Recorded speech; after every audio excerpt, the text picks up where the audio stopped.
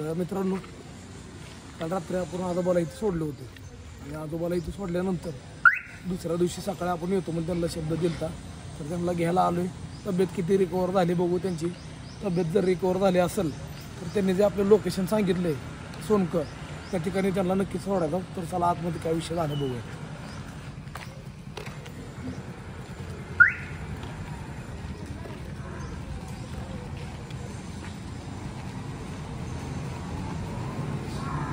तर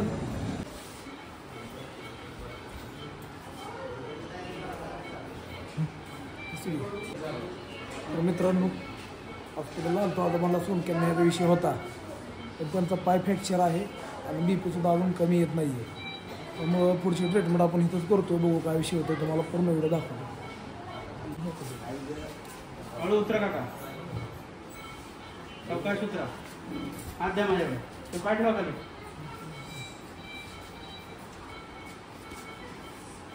येते होतं सावकाश उतरा. येते घाला. तुम्ही पाय तर खाली घ्या की मग. होय दुसरा पाय खाली पाय घ्या खाली. हां सावकाश.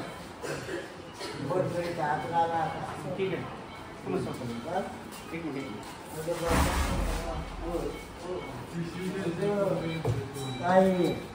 पाय खाली ठेवा काका. पाय खाली ह्याच्यात ठेवा त्या दोन्ही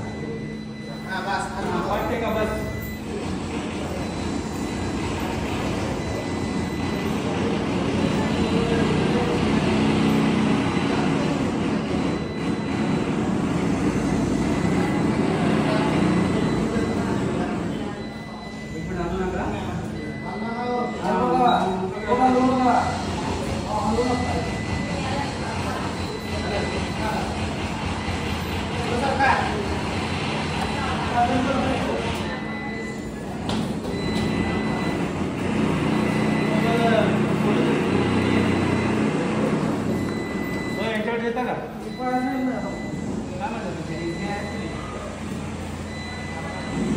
केलं म्हणलं ना काय करतात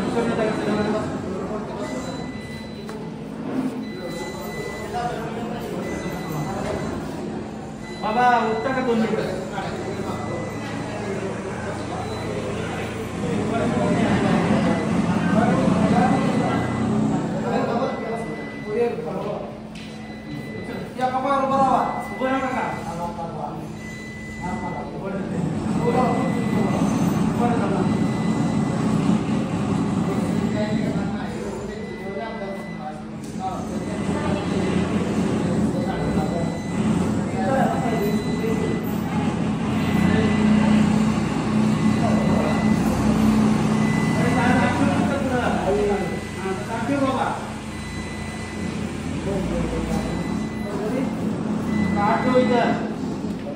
लागेल पाहायला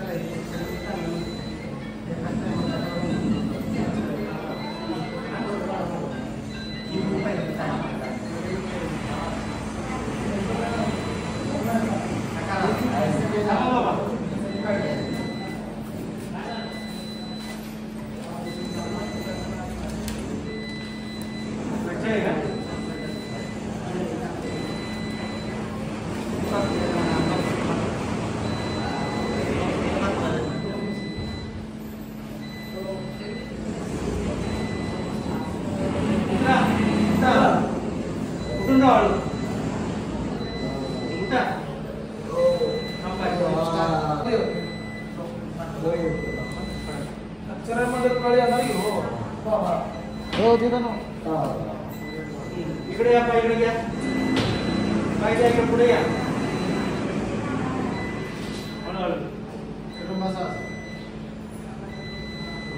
थोडा पाय खाली खाली पाय सोडा की काका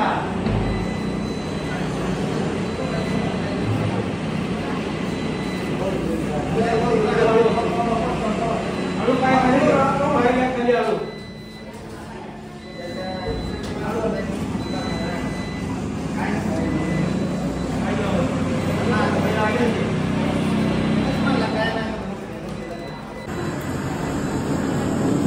मित्रांनो पूर्ण गुडघा फ्रॅक्चर आहे गुडघ्यापासून जे खाली येतो नडगी ते 2 तुकडे त्यामध्ये झालेले आहेत काय प्रोसेस आहे बघू चला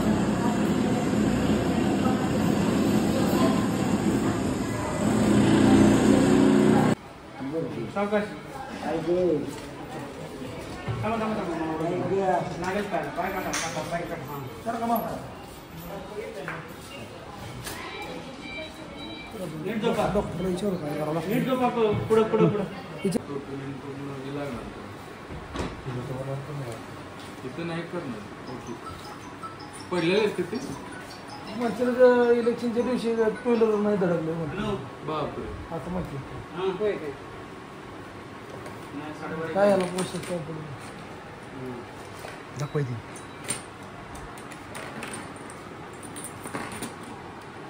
अर्थचं कोण आहे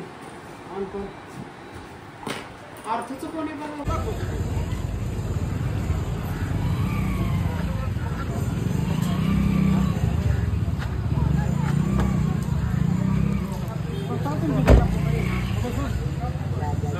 किंवा त्या गाडीत सगळं देतो दुसऱ्या दवाखान्यात चालूया बसता ना तुमची तुम्ही बसा बरं अपघात तुम्ही हो तुमची तुम्ही आश्रम मध्ये मी येणार नाही तुमच्यासाठी बरं गोष्ट आलं तुम्हाला दुसऱ्या लोकांच्या आश्रम मध्ये बाबा तुम्ही आता स्वतः जरा प्रयत्न करा थोडा प्रयत्न कुठे सावकाश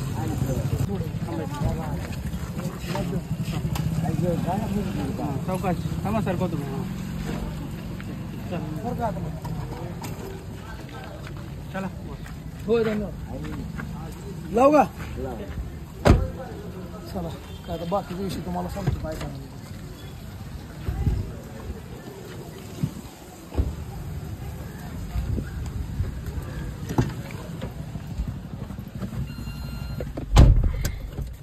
अरे काय मालूम बरं झालं बाबा मित्रांनो आजोबाला आपण रात्री दवाखान्यात सोडलेलं हा, रात्री थोडा त्रास होत होता हा, सकाळी परत आलो न्यायला त्यांना आपल्याला सोनक्याला पाठवत होतं हा. तर मित्रांनो सांगितल्याप्रमाणे त्या आजोबाचा मी तुम्हाला विषय सांगितला नाही नाही पण आता विषय काय झालाय हा त्यांचा पाय आहे फ्रॅक्चर तर काय हे फ्रॅक्चर आहे त्यांना ऑपरेशन करायची गरज आहे यांनी काय म्हणले सोलापूर सिव्हिलला पाठवा मी म्हटलं सोलापूर सिव्हिलला नको कारण तिकडे देखभाल करणार कोण नाही आणि डेली आपण 2 टाइम सोलापूरला येऊ जाऊ शकत नाही त्यामुळं आपण एक निर्णय घेतोय आणि हा निर्णय मला योग्य वाटतोय त्यामुळे मी निर्णय काय घेतला की यांना प्रायव्हेट हॉस्पिटलला ऍडमिट करतोय मी त्या पायाच्या ऑपरेशनसाठी तर पायाचं ऑपरेशन करण्यासाठी मी तुम्हाला एक कळकळीची विनंती करतो ऑपरेशन खूप मोठं आहे तुम्हाला मी स्क्रीनवरती एक नंबर देतोय UPI नंबर आहे आपला ते त्याच्यावरती मित्रांनो कृपया करून यथाशक्ती मदत पाठवा आजोबांचं ऑपरेशन करणं गरजेचं आहे आणि ऑपरेशन करून त्यांना आपल्याला आश्रमला कुठं शिफ्ट करायचं आहे कारण आश्रम तर नाही आता ह्यांना कोण आश्रम मध्ये घेईल हा मला सर्वात मोठा प्रश्नचिन्ह माझ्या डोळ्यासमोर आहे की यांना कोणाचा आश्रम मध्ये घ्यायचं त्यांना आश्रम मध्ये कोण घेईल ह्या गोष्टीची मला चिंता खात आहे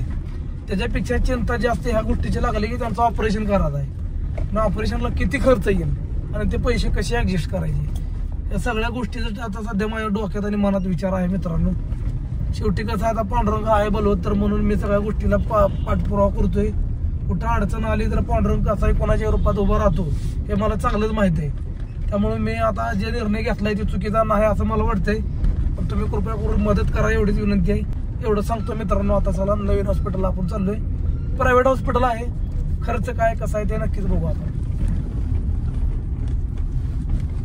आजोबा हो कसं करायचं बाबा कसं करता आता सांगा आता मला.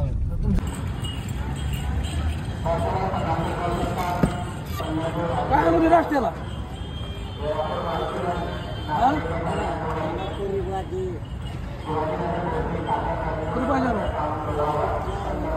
चालू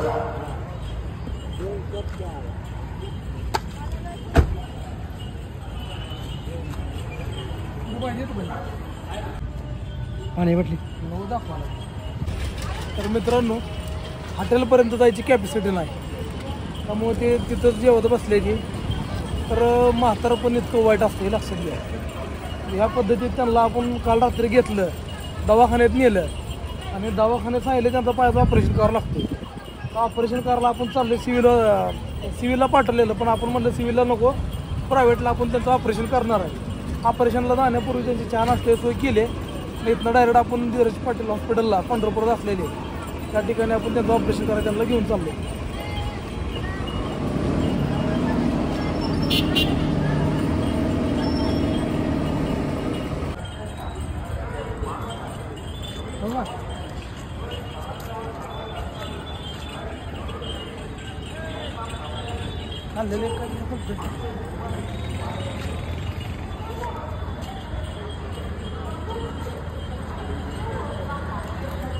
मित्रांनो त्यांची चहा नाश्त्याची जेवणाची सोय केली. यांचं एवढं जेवण झालं की डायरेक्ट आपण हॉस्पिटलला जाऊन भेटूया.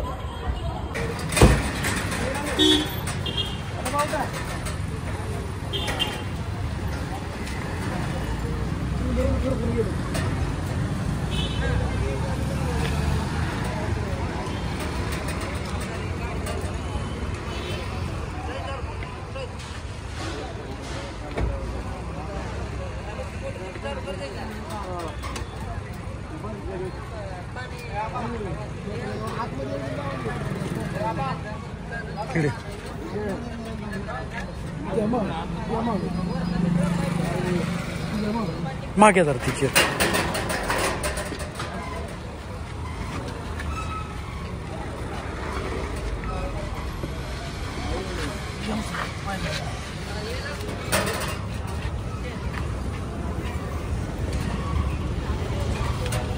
मागं पडतं बरं गाडी लावून पलीकडे.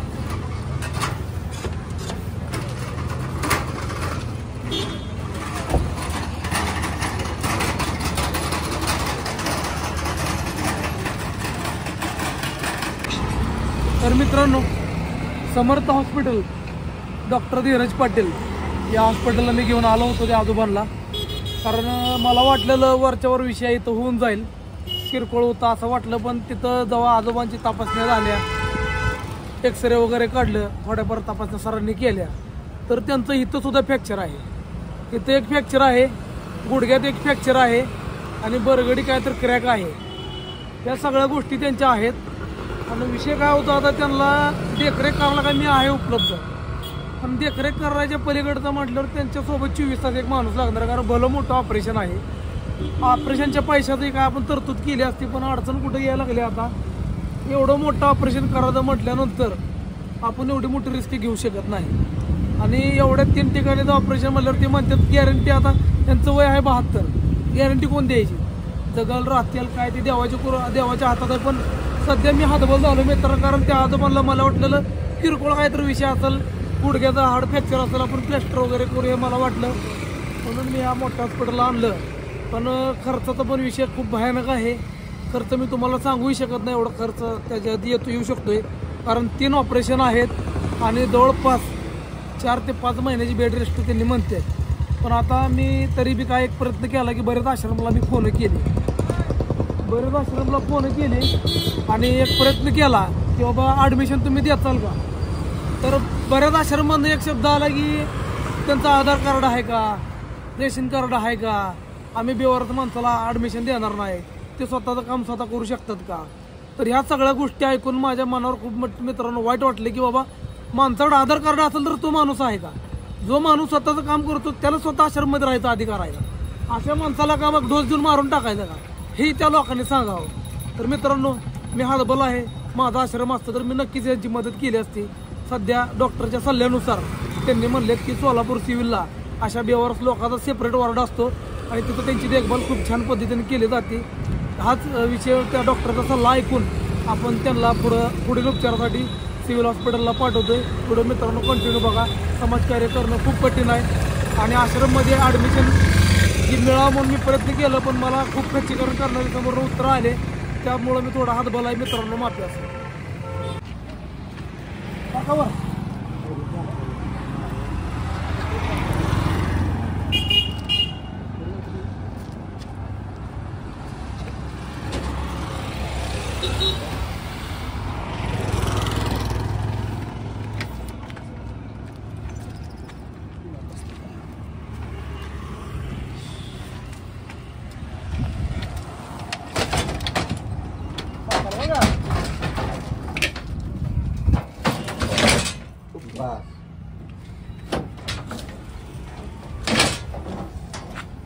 झोपा दवाखान्यापर्यंत हा.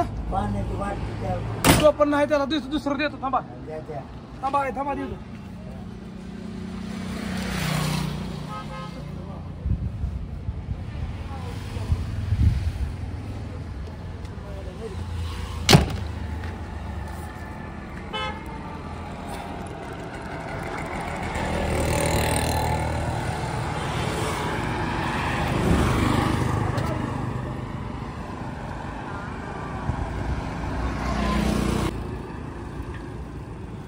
मित्रांनो सांगितल्याप्रमाणे आजोबांना सोलापूर सिव्हिल या ठिकाणी पुढील उपचारासाठी आपण पाठवत आहोत. कारण आपण सध्या हातबल आहोत. तुम्हाला सांगितल्याप्रमाणे आपण बऱ्याच आश्रमला आजोबांसाठी रिक्वेस्ट केली, पण काही जणांनी आधार कार्ड मागितले, काही जणांनी रेशन कार्ड मागितलं, तर काही जणांनी म्हणले की ते स्वतःचं काम स्वतः करू शकत नाही म्हणून आम्ही आश्रममध्ये घेणार नाही. तर ह्याच गोष्टीसाठी आपल्याला आपला आश्रम उभा करायचा आहे की काय अशी लोक आपल्याला सहकार्य करत नाही किंवा आपली माणसं जे आश्रममध्ये घेत नाही. तर असं तो नंतरचा भाग महत्त्वाचा मुद्दा होता. त्या आजोबांचं ऑपरेशन करायचं आहे. आपण त्यांना चेकिंग केल्यानंतर त्यांना इथला हाड फ्रॅक्चर होता, मांडीचा गुडघ्याचा हाड फ्रॅक्चर होता आणि बरगडी फ्रॅक्चर होती. तर ह्या सगळ्या क्रिटिकल सिच्युएशनसाठी सोलापूर सिव्हिल या ठिकाणी यंत्रणा स्पेशल आहे. त्यामुळं डॉक्टरच्या सल्ल्यानुसार आपण त्यांना सोलापूर सिव्हिल या हॉस्पिटलला पुढील उपचारासाठी पाठवलेलं आहे. तर देवाचरणी पांडुरंगाचरणी एवढीच प्रार्थना करा ते आजोबा लवकरात लवकर बरे व्हावेत आणि आपण त्यांना नक्कीच पुढे राहायची सोय करू. जय हिंद, जय महाराष्ट्र.